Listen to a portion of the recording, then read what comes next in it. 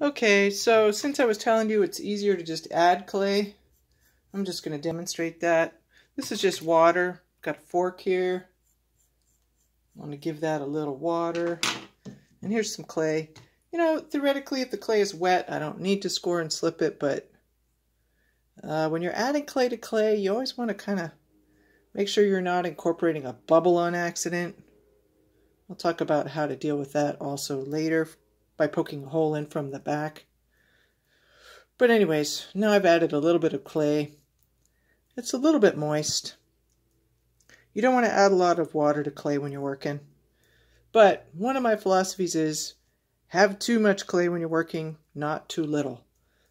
Because you can always easily just take it out of the way if it's too much. But if it's too little, you know, you can just kind of keep moving the clay around and be thinking, wow, how come this isn't working? So it's much faster and I think better. Just go ahead and if you think you need clay, just add it in. So again, the water, the fork, I've added more clay to be the lips, and I'm going to show you that lip trick again.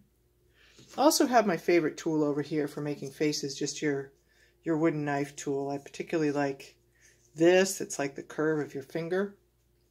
And this blade is really helpful too. So anyways, let me do the lip thing again. Now they've got a little bit more clay. It's working better. And then maybe the lower lips. You know what? It's not great. I'm going to get back to that later. I'm just going to put a little lip line across there though to help it look better. And then I can go in a little bit deeper for the eye sockets. This tool is great for that.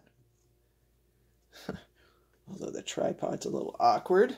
But I really like this tool for doing things like, you know, really defining the area of the nostril and whatnot, etc. So let's take a look at what it looks like next to the profile drawing. And you can see by adding clay, I actually did a little bit better. It looks like maybe I should poof out the forehead a little bit. And this is where I think, you know, just poofing it out from the other side can really work well. And put my newspaper back. Always keep it on the newspaper, you know, really until it's quite firm. Because it's going to need that support, and I'm pushing on it quite a bit. All right, so that gives you an idea of the basic proportions. I'm going to work on it a little bit, and then the next video is going to be about expression and changing the expression and stuff.